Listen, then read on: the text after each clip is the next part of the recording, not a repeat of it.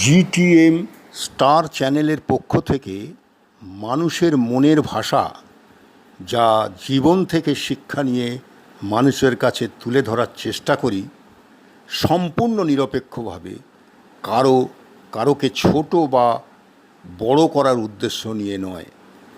প্রকৃত পরিস্থিতিটাই আপনাদের কাছে তুলে ধরার চেষ্টা করি মাত্র। আজকের বিষয়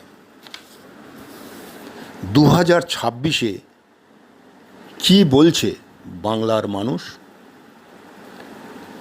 বাংলার জনমত 2026 শুনুন। এবারের নির্বাচনী ফলাফল অন্যান্য বারের থেকে কিছুটা হলেও ভিন্নরূপী হবে। একটা কনস্টিটিউয়েন্সিতে 500 লোকের সঙ্গে কথা বলে আর জনমত জানা যাবে না, কারণ মানুষ শুধু ঠেকে শেখেনি, ঠকেও শিখেছে। তাই তারা আর ন্যাড়া মাথা নিয়ে বেলতলা দিয়ে যেতে চায় না।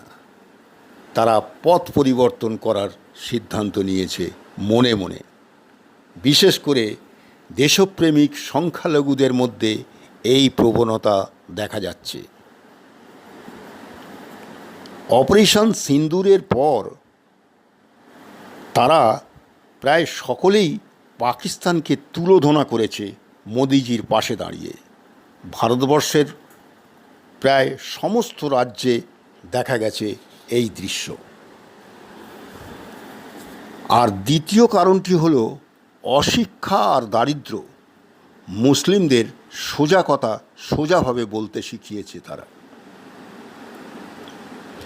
তারা আর হিন্দু মুসলমান করতে চায় না।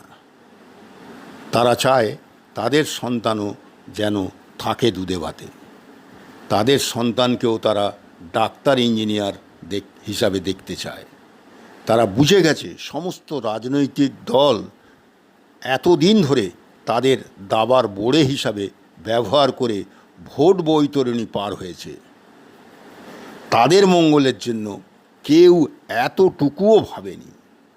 তাই তারা উন্নত ভারতের সঙ্গে উন্নত হিন্দু মুসলমান দেখতে চায় একসঙ্গে। এখন তারা মোদিজিকেই তাদের যোগ্য নেতা বলে মনে করে, টেস্টেড বা রিজেক্টেডদের নয়। ধন্যবাদ।